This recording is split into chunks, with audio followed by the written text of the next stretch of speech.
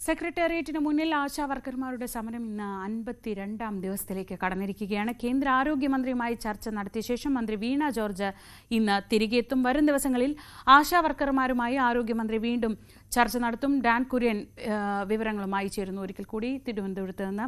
Dan, ഈ ചർച്ചയ്ക്ക് ശേഷം മന്ത്രി മടങ്ങിയെത്തുമ്പോൾ ആശമാർക്ക് പ്രതീക്ഷയുണ്ടോ ഈ ഒരു കൂടിക്കാഴ്ച? ഇനി ആശമാരുമായി ഒരിക്കൽ കൂടി ഒരു കൂടിക്കാഴ്ച നടത്തുമ്പോൾ പുതിയതായി സർക്കാരിന് എന്തെങ്കിലും വെക്കാനുണ്ടോ? കഴിഞ്ഞ കൂടിക്കാഴ്ച പോലെ തന്നെ ആവുമോ എന്നതാണ് അവരുടെ മനസ്സിലുള്ള ഒരു പ്രധാനപ്പെട്ട സന്ദേഹം. ഈ ഒരു കൂടിക്കാഴ്ചയുടെ സമയം എപ്പോഴായിരിക്കും? അങ്ങനെ എന്തെങ്കിലും വിവരങ്ങളുണ്ടോ?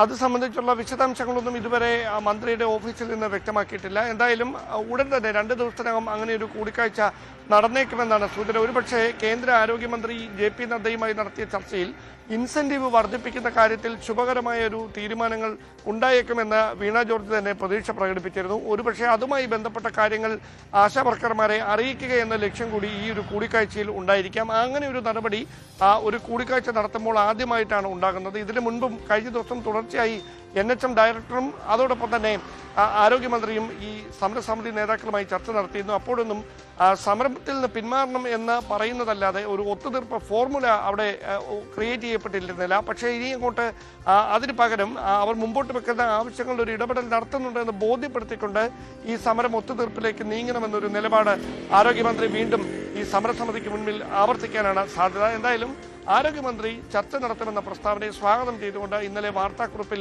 ആശാവർക്കർമാർ തന്നെ രംഗത്തെത്തിയിരുന്നു. മന്ത്രിയുടെ നിലപാട് സ്വാഗതാർഹമാണ്. എപ്പോൾ എവിടെ ചർച്ചയ്ക്ക് വിളിച്ചാലും തങ്ങൾ പങ്കെടുക്കുമെന്നാണ് ആശാവർക്കർമാരും വ്യക്തമാക്കിയിരിക്കുന്നത്. അനിശ്ചിതകാല നിരാഹാര സമരം ഇന്ന് 52 ദിവസത്തിലേക്ക് കടക്കുമ്പോൾ INTUC സംസ്ഥാന അധ്യക്ഷൻ R ചന്ദ്രശേഖരൻ ഇത്രയും ദിവസം INTUC ആശാവർക്കർമാരുടെ സമരത്തിനെതിരായ നിലപാടാണ് സ്വീകരിച്ചത്. പക്ഷേ കഴിഞ്ഞ ദിവസമാണ് കോൺഗ്രസ് നേതൃത്വത്തിന്റെ നിർബന്ധത്തിന് വഴങ്ങി INTUC നിലപാട് മയപ്പെടുത്തിയത്. അങ്ങനെ R ചന്ദ്രശേഖരൻ അടുത്ത ദിവസം സമരപ്പന്തലിൽ സന്ദർശനം നടത്തുമെന്നാണ് വിവരം.